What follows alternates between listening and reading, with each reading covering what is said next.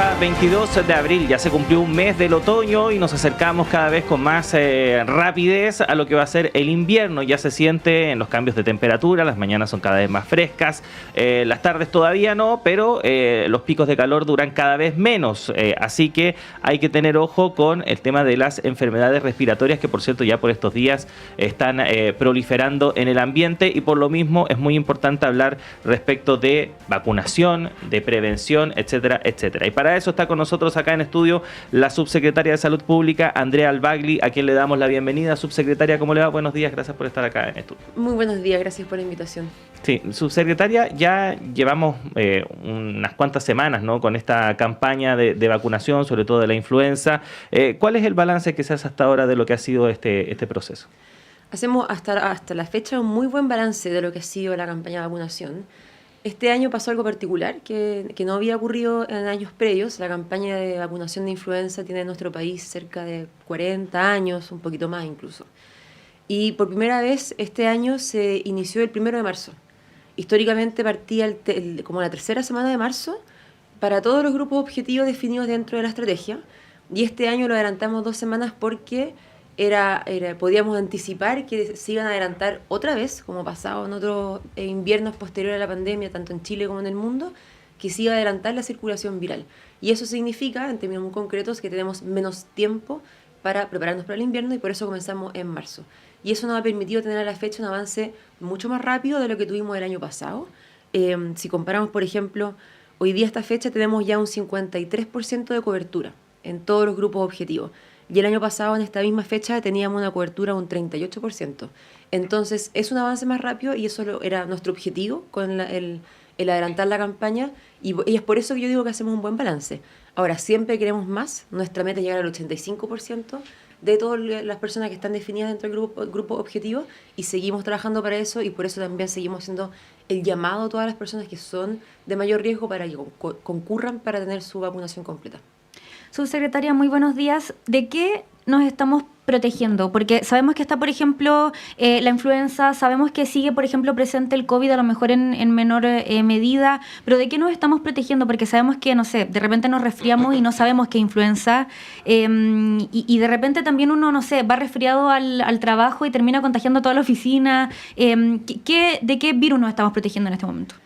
Este es un súper buen punto, porque efectivamente cuando uno empieza con síntomas respiratorios no sabe qué es lo que tiene. No sabe si es un resfrío común que genera el rinovirus, no sabe si es que está con un virus que puede generar cuadros más graves como son la influenza o el COVID-19. Entonces, lo primero que yo diría es que nos estamos protegiendo de todos los virus respiratorios. Y por ende, hay también algunas medidas que es importante recordar que fueron parte de la lección de la pandemia, que hay que tenerlas siempre en mente sin saber necesariamente qué es lo que tengo o de qué estoy contagiado. Y eso es, si que las personas comienzan con síntomas respiratorios, debieran utilizar mascarilla siempre. Sí, independiente de si tienen o no un diagnóstico certero de cuál es el contagio específico que tiene, porque así evitamos que se propague haya más contagios con distintos virus respiratorios. Lo que ocurre es que hay algunos virus respiratorios específicos que generan cuadros más graves, y por eso nos traen llevan más parte de nuestro trabajo y nuestra preocupación como autoridad sanitaria, que son la influenza y el COVID-19 particularmente. Hay otros también de mayor preocupación, pero los menciono además porque son los dos virus respiratorios, no los únicos, pero los principales con los que tenemos estrategias de inmunización para aquellos. Es decir, además de que son de mayor preocupación, tenemos herramientas concretas con lo que podemos disminuir el riesgo de las personas que están en un mayor riesgo de generar un cuadro grave en caso de enfermar. Y hoy día hacemos mayor énfasis aún en la influenza, porque como tú muy bien lo mencionaste en tu pregunta, la predominancia de cada virus dentro de la circulación viral general va cambiando durante el invierno, no es siempre igual. Y este invierno está ocurriendo lo mismo que pasó el año pasado, que cerca de la semana epidemiológica 10, 11 aproximadamente, empezó ya a subir la influenza y empezó a bajar el COVID-19. Y el COVID-19 ya disminuyó mucho su circulación, y la influenza ya está en segundo lugar después del rinovirus, con un crecimiento exponencial. Es decir, en las últimas semanas ha estado aumentando muy rápidamente la circulación de influenza, y va a seguir aumentando rápidamente estas próximas semanas hasta que llegue el pic que nosotros anticipamos que va a ser aproximadamente en la mitad de mayo. Y es por eso que es importante que la oportunidad de la vacunación es ahora, quienes no se han vacunado tienen que hacerlo durante abril, por esto que explico, que va a seguir aumentando la predominancia de influenza dentro de todos los otros virus respiratorios. Uh-huh. Subsecretaria, una preocupación que surge cada año, sobre todo para quienes son padres, madres de niños, niñas pequeños, es el virus sincicial. Y sabemos que a partir del año pasado comenzó a aplicarse este medicamento, que tengo entendido no es una vacuna, sino que un medicamento, el Nirsevimab, con muy buenos resultados. ¿Cómo ha sido esa experiencia y también cómo se proyecta para este año? Bueno, eso fue una excelente experiencia. Esto es una estrategia muy innovadora que asumió Chile como primer país del hemisferio sur y uno de los pocos países del mundo que implementa esta estrategia, además de la manera que lo hacemos en Chile, que es universal para todos los menores de 1 año en el transcurso del invierno. Eso quiere decir que se aplica desde que comienza la campaña a todos los recién nacidos de la maternidad y desde esa fecha que comienza la campaña hacia 6 meses atrás a todos los lactantes. Entonces, en concreto, en este año se aplica a todos quienes hayan nacido desde el 1 de octubre del 2024 y a todos los recién nacidos. Y esa estrategia, que es innovadora a nivel mundial, que fue liderada por nuestra ministra, la doctora Jimena Aguilera, tuvo el año pasado resultados realmente asombrosos. Por primera vez, durante la campaña de invierno no tuvimos que lamentar el fallecimiento de ningún menor de 1 año a causa de virus respiratorio sincicial, eso durante el transcurso de la campaña. Y además se disminuyó en un 80% las hospitalizaciones, que es otro de sus resultados tan positivos que tuvo. Y es por eso que el año pasado eso se logró implementar esta estrategia con la reasignación presupuestaria del sector, con una inversión de 60.000 millones de pesos. Y este año se formalizó ya como parte del Programa Nacional de Inmunizaciones y por ende se va a mantener de manera constante de acá para todos los inviernos, para que todos los recién nacidos o menores de 1 año enfrenten su primera temporada de circulación de BRS, de circulación viral, protegidos contra este virus que genera tanta mortalidad grave, mortalidad y morbilidad grave en los menores. Subsecretaria, quiero tomarme también de esa pregunta y del éxito de este medicamento para preguntar por un tema que ha envuelto la discusión pública respecto a las vacunas y es el movimiento antivacuna, derechamente. Porque da la impresión de que en Chile hay mucho aprecio de alguna forma por la vacunación, o hay como la gente es muy matea, por decirlo de alguna forma coloquial. Se entiende que es necesario vacunarse y también se entiende que da resultados de alguna forma. Pero aún así hay discursos antivacunas y es algo que está pasando en el mundo. Por ejemplo, lo que está pasando en Estados Unidos con el sarampión es algo a lo que hay que mirar. ¿Cómo ve usted esa situación? Los números, por ejemplo, dicen que aún así la gente se está vacunando. ¿Cómo lo analiza desde su posición? Yo creo que es cierto y es muy positivo que nuestro país tiene una gran cultura de vacunación. Uh-huh. Y eso es un factor protector para nosotros como país. Una de las razones por las que vimos una muy marcada disminución de la mortalidad infantil en los últimos 100 años es por la introducción de las estrategias de inmunización y es innegable entonces la efectividad y la seguridad que tienen las vacunas. Eso es algo que la ciencia no pone en duda. O sea, todos los sistemas de vigilancia cuando que están en curso, cuando ya se comienza una estrategia de vacunación, que además comienza cuando ya hay estudios clínicos que muestran la seguridad de las vacunas, muestran a nivel internacional y de manera sostenida que las vacunas son seguras y son efectivas. Y de eso no hay doble lecturas. La ciencia es absolutamente categórica en ese punto. Y efectivamente creo que en nuestro país tenemos una cultura que está, digamos, alineada con eso y que hay una valoración por la vacunación y que cuando uno hace un llamado a las campañas de vacunación hay una alta concurrencia con altas coberturas. O sea, cuando yo digo que hay un 53% de la población objetivo ya que ya está vacunada contra la influenza, esos son 5.300.000 personas en aproximadamente 2 meses. O sea, en verdad es algo bien sorprendente y algo de lo cual tenemos, yo creo, que estar muy agradecidos y muy orgullosos como país. Entonces, obviamente es preocupante cuando se escuchan y crecen discursos antivacuna porque de alguna manera podría poner esto en riesgo, que es lo que ha ocurrido en Estados Unidos, donde hemos visto lamentablemente un brote muy importante en cantidad de casos de sarampión y con 2 fallecidos, 2 niños pequeños por sarampión, una enfermedad ya erradicada gracias a la vacunación y que en la medida que está el recordatorio, ¿no?, que tenemos que tener en mente. cuando disminuye la cobertura de vacunación, pueden resurgir enfermedades que estaban eliminadas o erradicadas. Eso puede ocurrir. Y es importante que por eso se mantengan todos los esfuerzos por la alta cobertura, y una de las cosas que pone en riesgo aquello es la duda, la desconfianza de la ciudadanía, que puede crecer en el contexto de discursos antivacunas. Y es por eso muy importante que mantengamos siempre una comunidad, o sea, una comunicación clara hacia la ciudadanía, recordando una y otra vez que ante esto no hay doble lectura, la ciencia es clara, nuestra historia nos muestra el gran beneficio que tiene la vacunación, y yo espero que Chile continúe con su gran cultura de cuidado, de salud colectiva a través de las estrategias de inmunización. Uh-huh.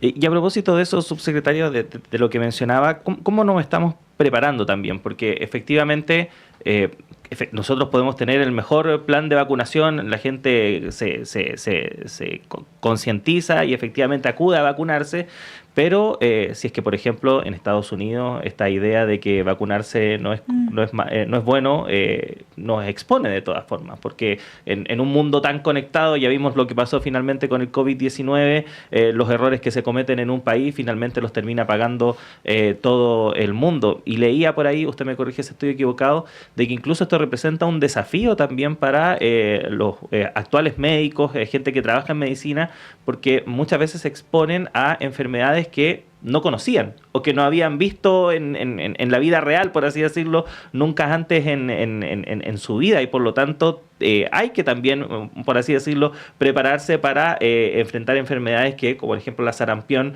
están prácticamente erradicadas de nuestro país. ¿Nos estamos preparando al respecto? ¿Se puede hacer algo? ¿Cómo se ve eso? Efectivamente, la OMS definía ya previo a la pandemia que uno de los desafíos de salud pública a nivel internacional es la reticencia a la vacunación, viendo un leve aumento en estas actitudes antivacuna que evidentemente lo que pueden hacer es poner en riesgo las coberturas poblacionales que nos entregan la protección inmunitaria poblacional que necesitamos para poder hacer combate a las enfermedades contagiosas. Y eso es algo que es difícil. Voy a decir algo que va a sonar como muy sencillo, pero no por eso yo sugiero que sea fácil. Y es que la desinformación se combate con información.